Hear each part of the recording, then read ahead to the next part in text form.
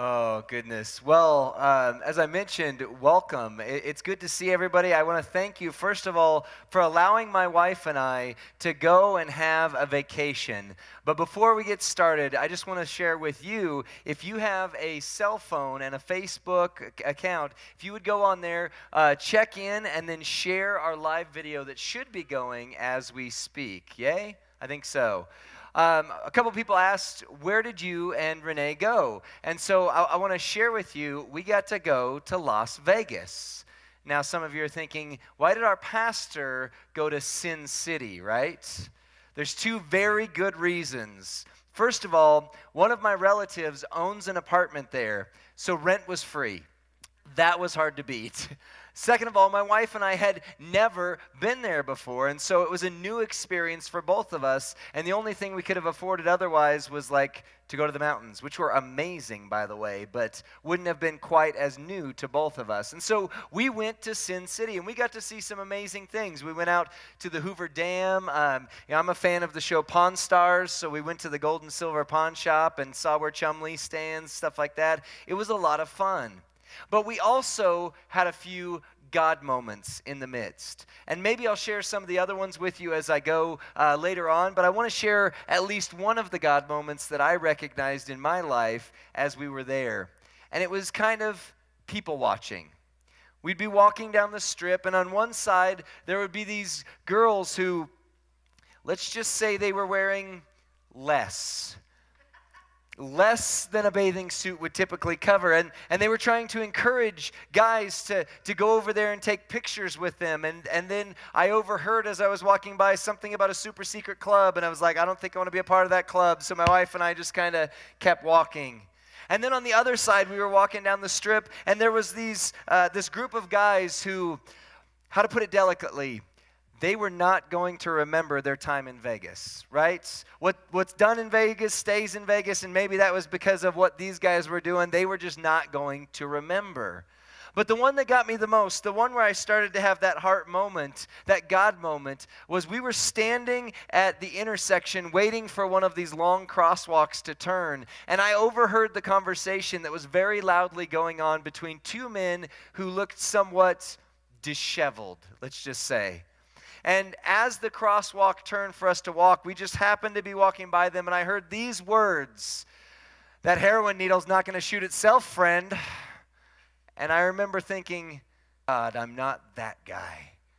And then I remembered what we're talking about this morning. I remembered what Gabe was sharing with you last week about the heart of religion and about that idea of just looking at someone else and saying, you are lesser, you are other, you are broken, when all of us is in need of a Savior.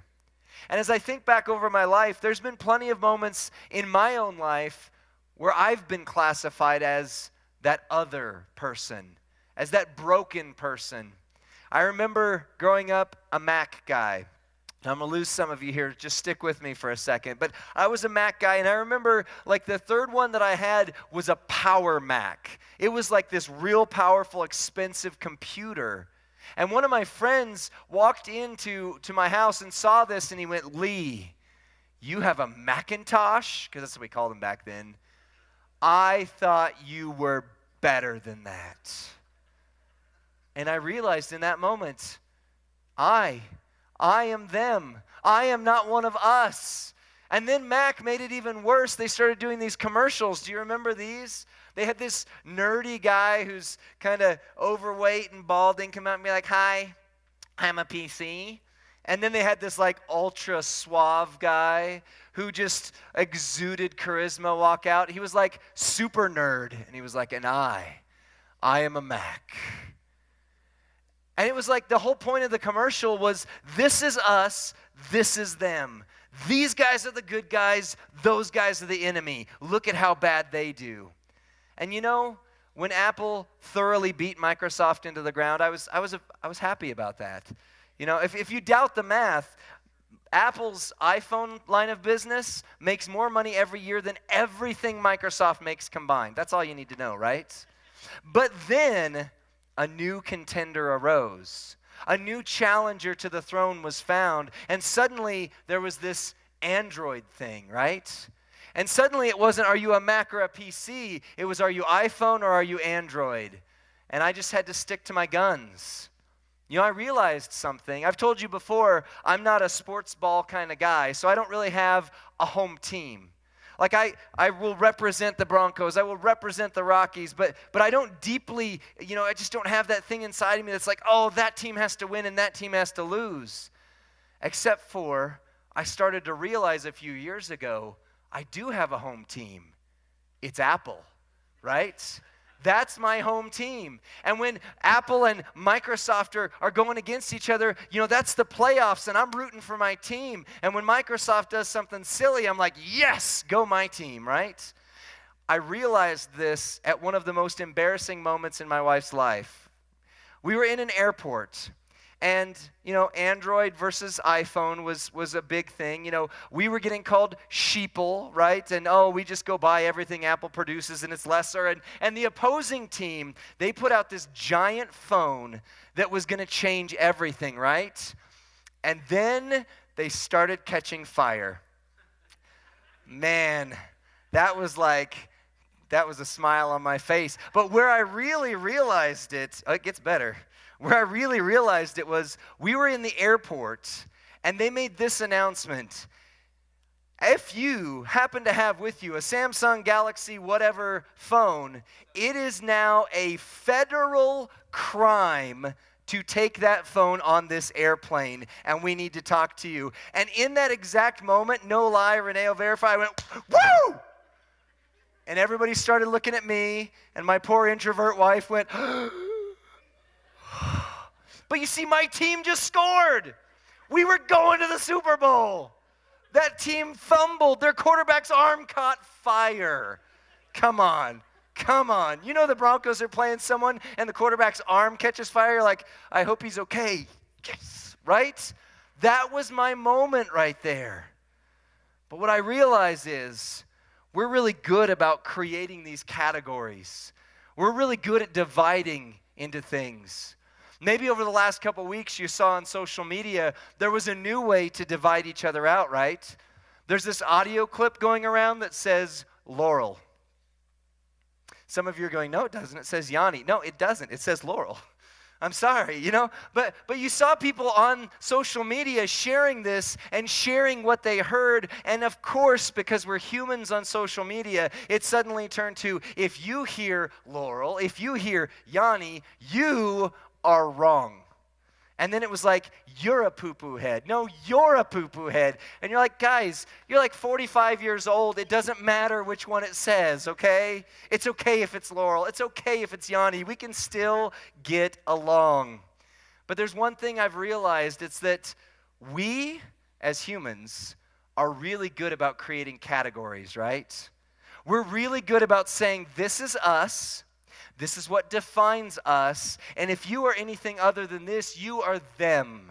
And we don't like them people. We root against them people. We hope them people's phones catch on fire, right? Because it makes us feel better. We get really good at saying, we are right, you are wrong. We are the home team, you are the opposing. And if there's one thing that has broken us into categories of us versus them, perhaps it's religion. By very nature of religion is to say this is what it means to be in, this is what it means to be out. This is what it means to be one of us, and this is what it looks like if you are the dreaded Samaritan who is one of them.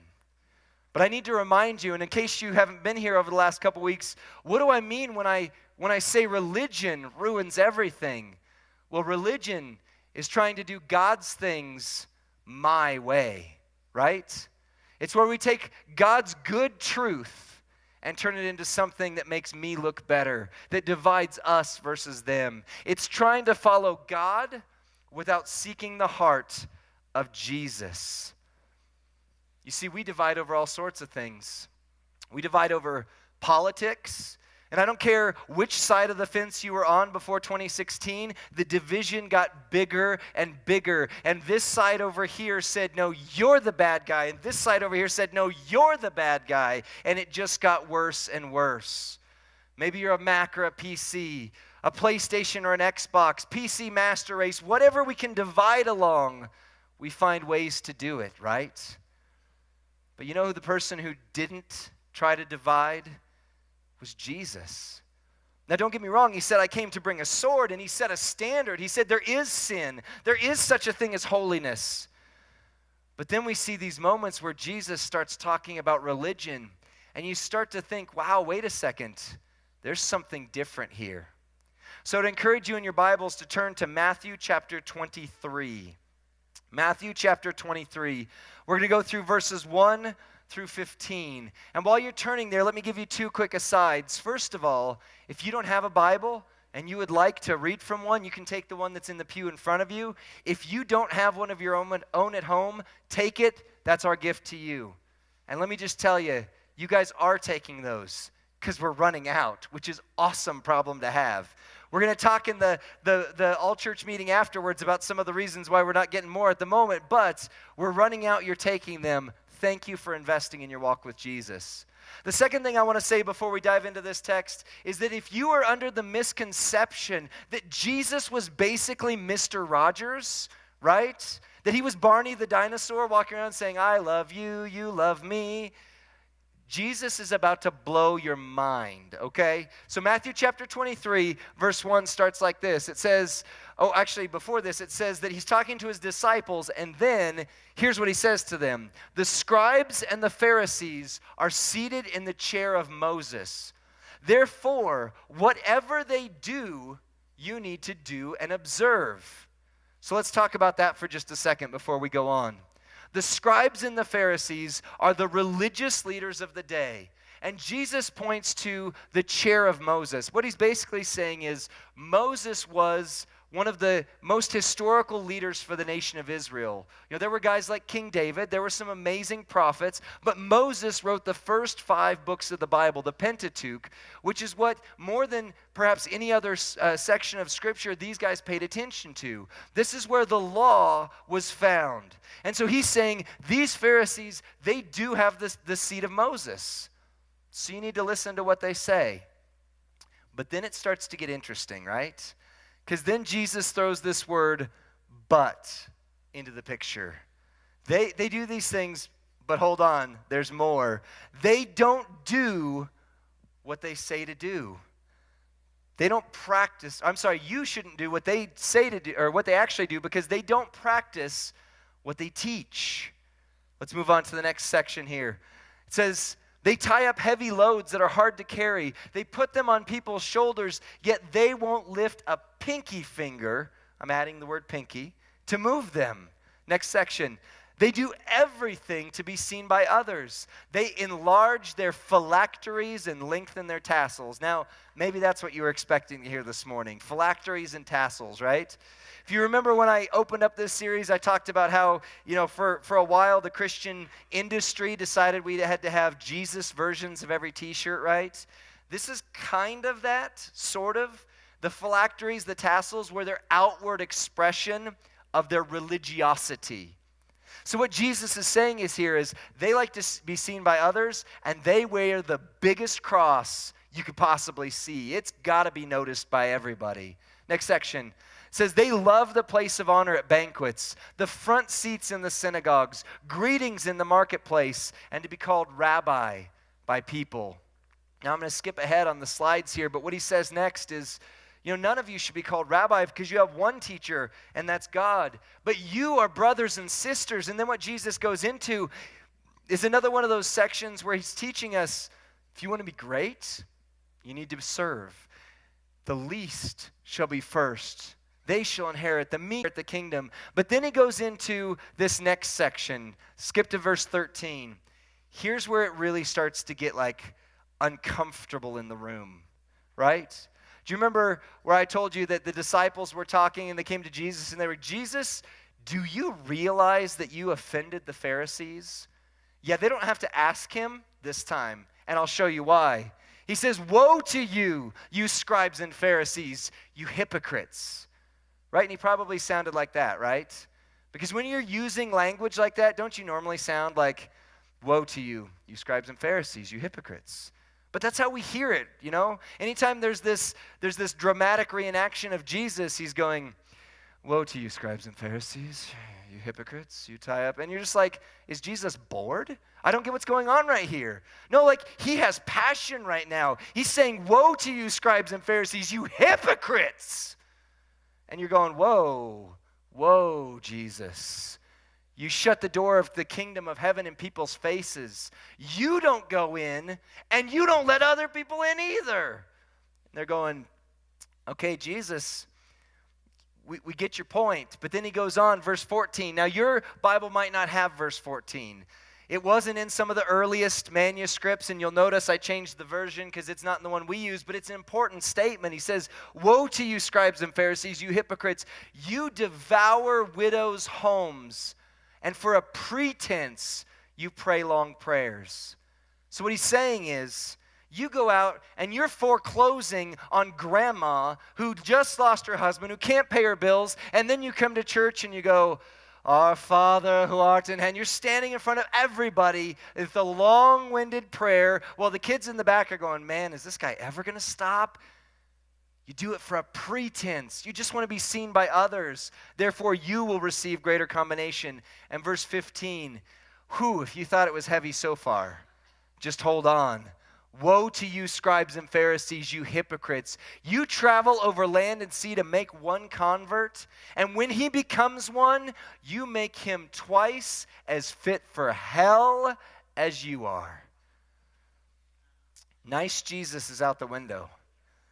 Just imagine going to the grocery store and seeing some poor mother whose kids are throwing a fit. Maybe they're taking fruit off and they're throwing it at the workers and stuff like that. Imagine walking up to her and saying, you have made your kids twice as fit for hell as you are, and just see what happens. See if she goes, thank you, that was such a kind word. Did you pull that from Scripture, right? No, she's going to either break down or break you. There's no in between. Right? Those are the options. And yet Jesus is saying these scribes, these Pharisees, they are hypocrites. And he starts using these languages that you're like, whoa, whoa, whoa, whoa, whoa. That's not nice.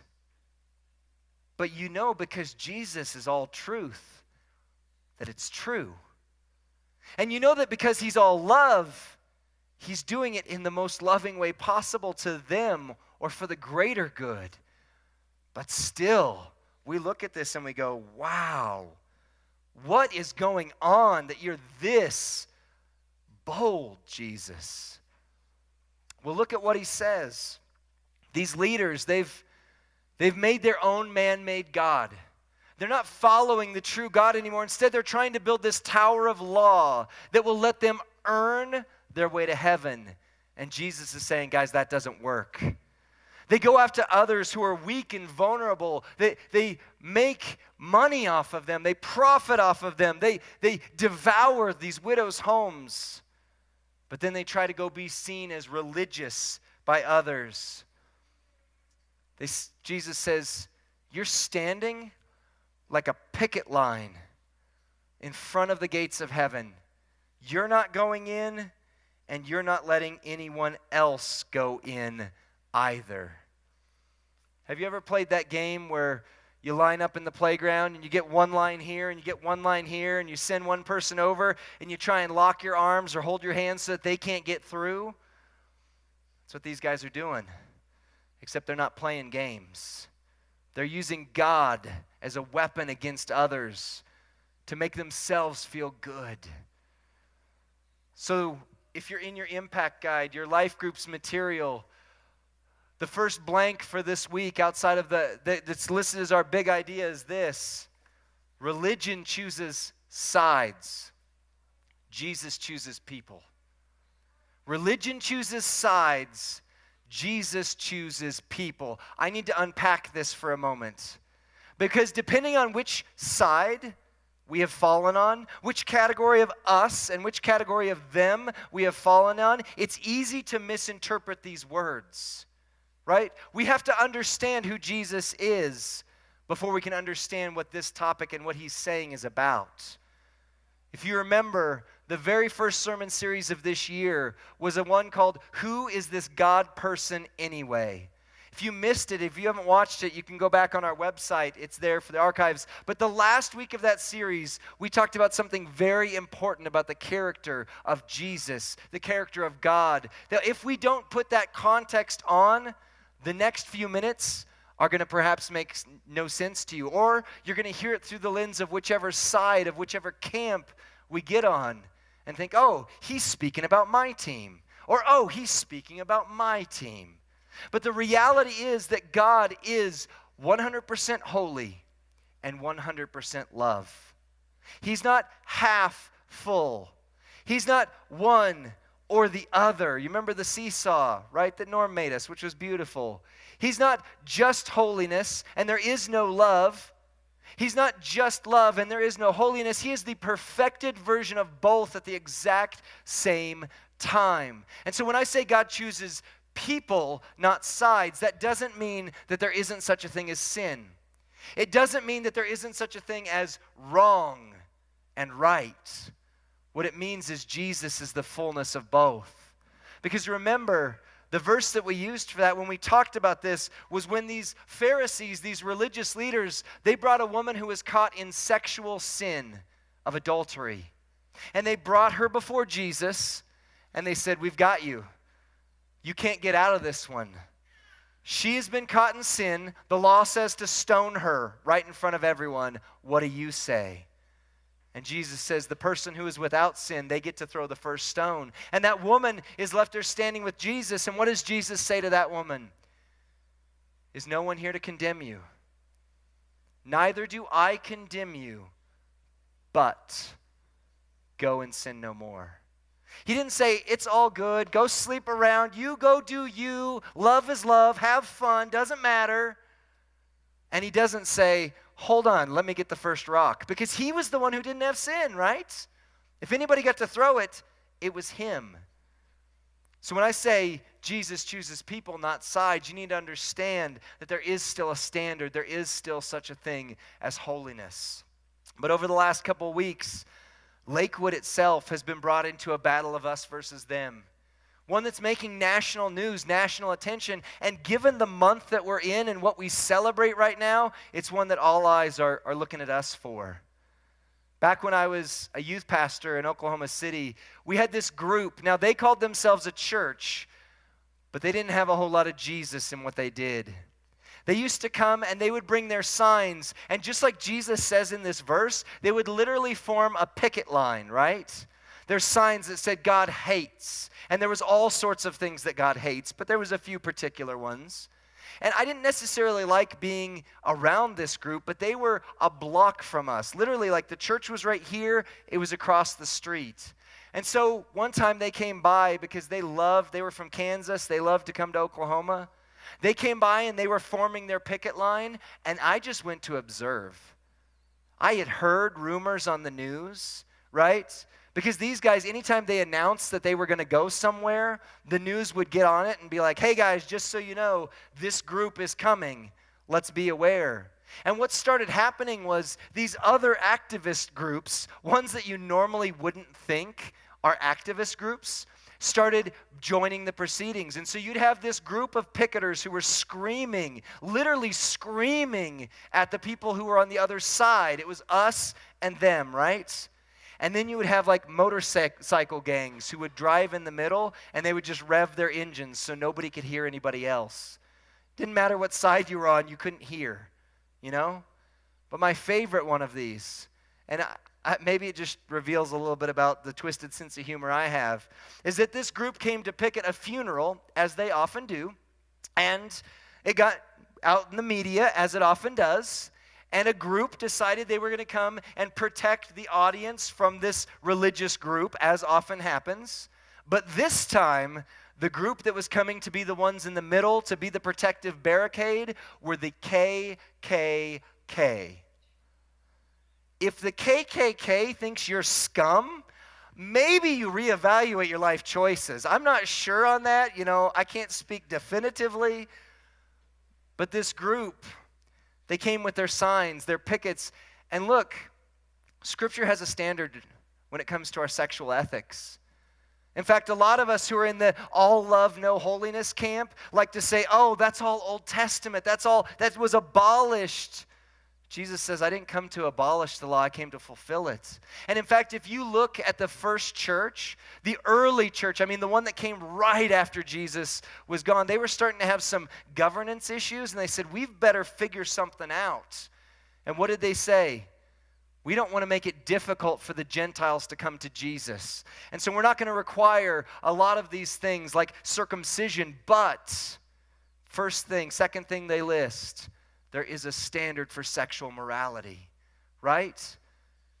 But we often take that standard and we say, cool, that's what makes us in and you out. And that's exactly what these picketers did.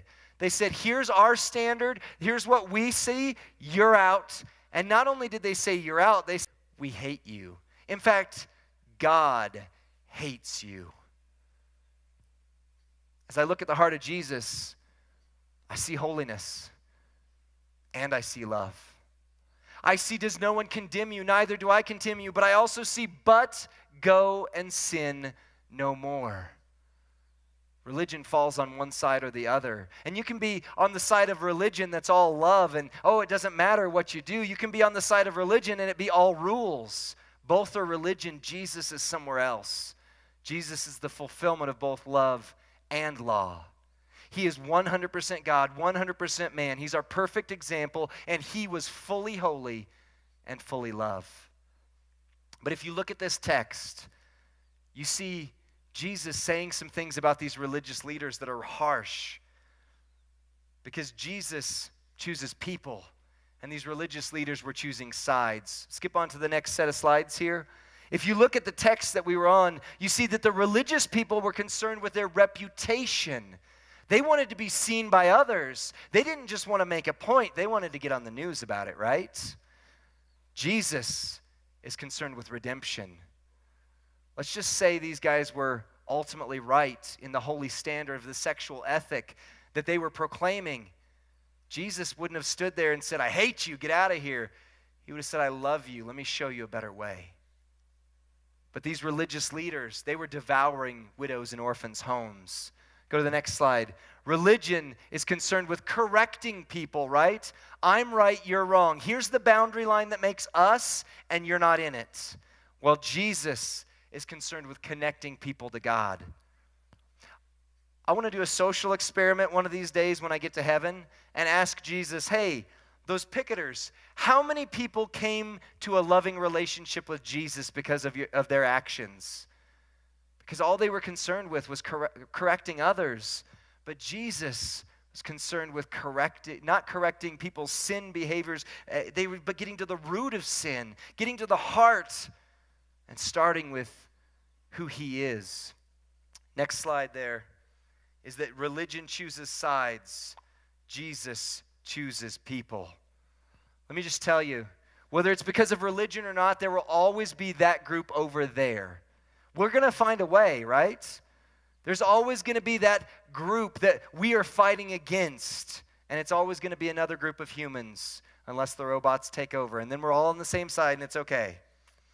But we will always find a way to divide ourselves unless we seek the unity that Jesus brings to us. In his book, Good God, Pastor Myles shares a quote that I thought was very relevant to today. He says, we can no longer ignore that the God this world has come to know through religion has long since deviated from the true God of the Bible. The truth is that when Jesus walked on this earth, sinners ran to see him. Think about that for a second. Sinners ran to see Jesus, to spend a moment in his presence, even just to touch him. Religion causes people to run. In fact, it encourages. If you're not us, we want you out of here and over there.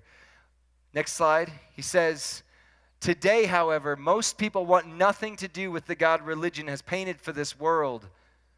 But I would venture to say that if the world were to see the real Jesus, this good God, the one who gained the attention of even the vilest of sinners, everyone would once again take notice. You see, religion watches people in order to ruin them. Jesus seeks after people in order to redeem them. So let me share with you the fatal flaw in the battle of us versus them. Whether you're all holiness, all love, or some mixture, but you're not getting the whole thing of both, there's one flaw that breaks the entire argument down, and it's this: there is no them. There is no them. Romans 3:23 says, "For all have sinned and fallen short of the glory of God." That word right there, I don't know which one it is in the Greek because I didn't look it up before I did, but I'm willing to bet that it's one of those words that's all-encompassing. It doesn't leave any wiggle room. It doesn't leave everybody except Fred has sinned and fallen short of the glory of God. Everybody except Betty, Betty's the exception over here, but everybody else, you're in this camp. No, it says every single one of us have sinned and fallen short of the glory of God. We are they. We are together in this. The only thing that separates us from them, the only thing there is that separates into any categories at all, is the grace of God. It's only if we accept the grace of God. I was sharing the story about the crack addict, or heroin addict in this case. Again, I walked by him and heard that phrase, "That heroin's not going to shoot itself, buddy." And I was like, thank God I'm not that guy. And then I had that check in my spirit, like, you could be that guy.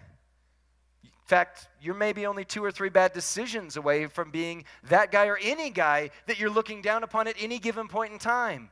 We oftentimes like to point the finger and say, "I'm glad I'm not them." But then 2 or 3 decisions later, we're like, how did this happen to me? Right? All of us have sinned and fallen short of the glory of God. It is only by the grace of God, the prevenient grace that goes before, not because we are worth it, we have earned it, but because God is unreasonably generous, unreasonably forgiving, and unreasonably loving. We were in our small group talking about Gabe's message, which I didn't get to hear, so it was neat to get to see the reactions from it. And as we talked about it, I started to share, that's my heart. I am the religious one a lot of times. I look down and point fingers. I go, us and them, right? And one of our guys in there said, "Yep, that's me too. I have to remind myself every day, but for the grace of God, there go I." But for the grace of God, there go I. Because without the grace of God, it's not us and them, right? We are all fallen and sin and fall short of the glory of God. And so in your life group material, there's a heart check for each week. And I want to encourage you to look at that. I want to encourage you not just to think about it right now, but also to think about it throughout the week in your devotions. I want you to talk about it with others in your small group, because these are not easy questions. These are not easy things. They are things we need to wrestle with ourselves. And this week, in what ways are religion trying to make you put people into categories of us and them? Because as you think about it, I bet you it happens at work. Oh yes, we the accounting team, and over there the sales team, they're all jerks. Or maybe at the supermarket. Thank goodness I'm not that crazy woman with her kids throwing tomatoes and stuff like that. Adopt a kid. See what happens, Just saying, we are us. Romans 3:23 is absolutely clear that all have sinned and fallen short of the glory of God. We are only here. We are only different because of the prevenient grace of Jesus. Years ago, somebody told me an acronym for grace that helped me understand this whole thing a lot better. Grace, God's riches at Christ's expense. Because there is such a thing as sin. It does break the heart of God. In fact, it separates us all from God. But Jesus paid that price for us. Jesus died on that cross for us. And so I want to start a conversation over the next few weeks. Since I've gotten here, you've heard this phrase, hope lives here. And I hope you know what we talk about, what we're about, enough to know that we are absolutely convinced that Jesus is the only true source of hope in this world. Without him, we are lost. Without him, we are broken. Without him, our marriages won't be what they could be. Without him, our lives will be just fine at best. But Jesus comes to give life, and that more abundantly. And if we are going to make an impact in this city, we have to stop looking at the battle of us versus them and claiming that as our reality. We have to stop saying, oh, those homeless over there, or those rich people over there, oh, those people over there who walk funny, or oh, these people over here. We have got to stop dividing ourselves from others and start recognizing that by the grace of God, there go I. And so here in a moment, we're going to transition into our all-church meeting after worship and after we dismiss those who need to grab their kids. But I want to prepare you to say that here in just over the next couple weeks, we're going to start talking about how this can move from a slogan on our wall, from something that's in our hearts, to something that the city feels as we go out and say, Jesus is what makes the difference. Jesus is what changes lives. In a moment, the ushers are going to come forward and we're going to receive not the tithes and offerings, but communion. I think it's interesting that the prayer that Jesus prayed, John 17, was, Father, I pray that they would be one as you and I are one. Even the very word communion stands for common union. It's about focusing in on what unites us more than what divides us.